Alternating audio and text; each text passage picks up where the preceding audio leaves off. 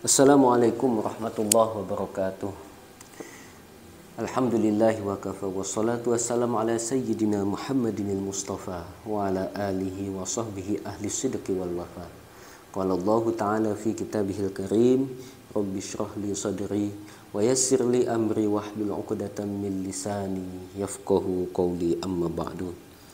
Sahabat-sahabat muslimin dan muslimat, shaimin dan shaimat rahimakumullah.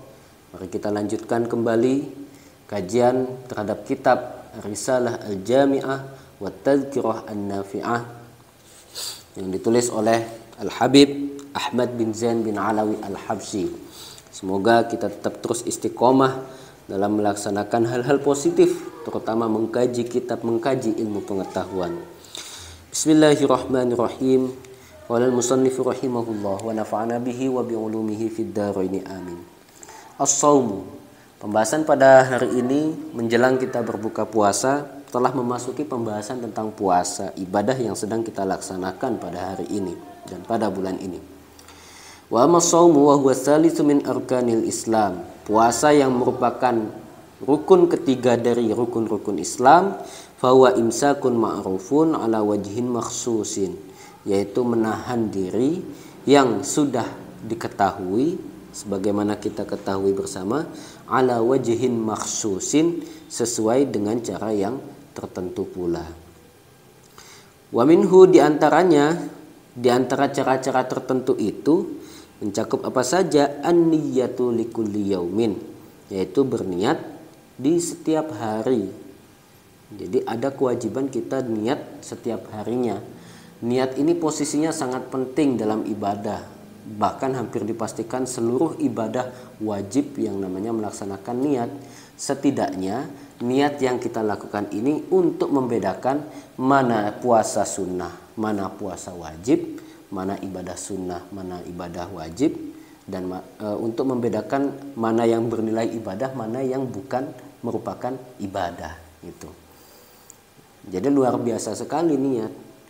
Sebagaimana diterangkan dalam kitab Ta'limul Muta'allim, misalnya banyak amal-amal perbuatan karena niatnya bagus, niatnya amal-amal perbuatan duniawi karena niatnya bagus, maka dia dipertimbangkan sebagai amal akhirat. Misalnya makan kan mubah, perkara yang mubah boleh kita lakukan, tidak terpengaruh dengan dosa dan maupun pahala, tidak. Tapi karena dia diniati sebagai rangka kita, dalam rangka untuk memberikan kekuatan energi pada tubuh kita sehingga kita bisa melaksanakan sholat, ibadah lainnya dengan maksimal, maka dia dipertimbangkan sebagai amal akhirat walaupun sebenarnya dia amal dunia. Itu. Jadi niat ini harus dilakukan setiap hari. Ini berdasarkan mazhab Imam Syafi'i. Wa tabyituha minal laili, dan di samping itu juga wajib hukumnya untuk melakukan niat di malam hari. Jadi di samping berniat juga wajib melakukan niat di malam hari. Ini dalam ketentuan niat ini dua hal ini harus ada dalam ketentuan mazhab Syafi'i.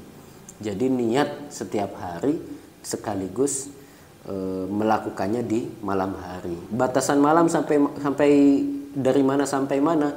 Ya sejak terbenamnya matahari, yaitu tepatnya pada waktu buka puasa, sampai sebelum munculnya atau terbitnya fajar shodiq.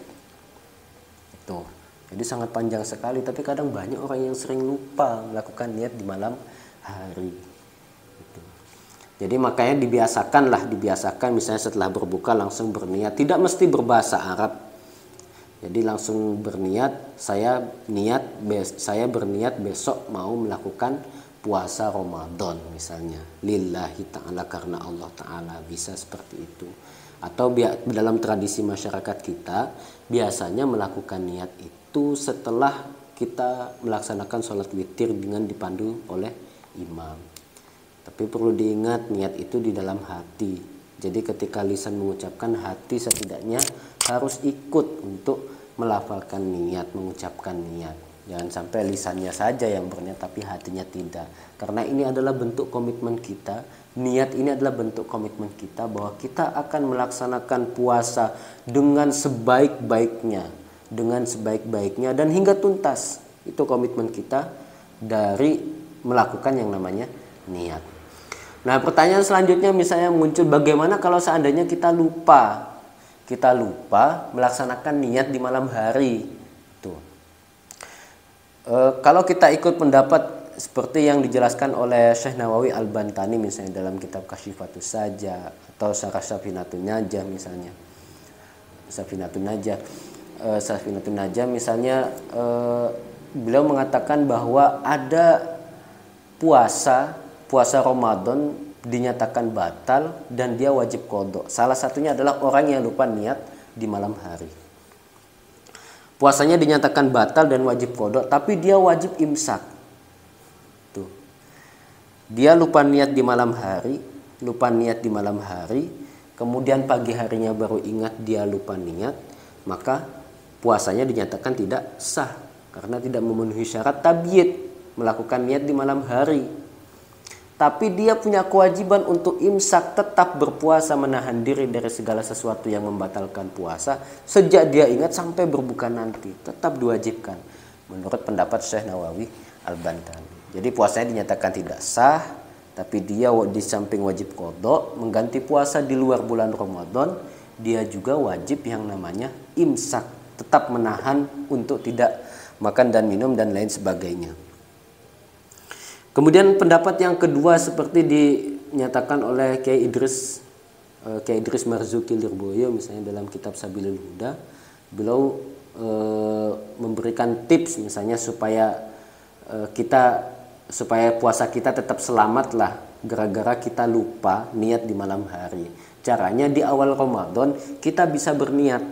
Kita boleh berniat 1 bulan penuh sebagaimana yang dicontohkan oleh Imam Malik misalnya. Dalam mazhab Malikiyah kita cukup berniat 1 bulan penuh di awal Ramadan, kemudian di tiap harinya tidak wajib kalau Imam Malik.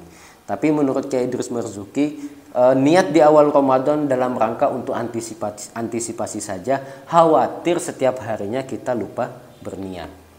Tapi tetap kewajiban kita niat setiap hari dan di malam hari, tapi melakukan niat di awal bulan, niat 1 bulan penuh itu dalam rangka untuk antisipasi khawatir ada hari di mana kita lupa berniat di malam hari.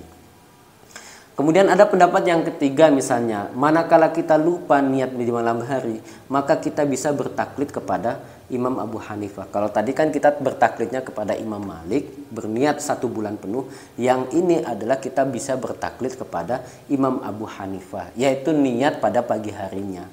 Kita ingat di pagi harinya kita lupa berniat, maka kita langsung berniat ketika itu juga. Menurut Imam Abu Hanifah itu diperbolehkan dan puasa kita dinyatakan sah. Jadi niatnya bertaklid kepada Imam Abu Hanifah.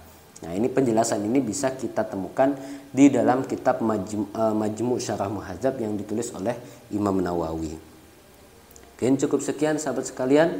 Wallahu a'lam bishawab. Assalamualaikum warahmatullahi wabarakatuh.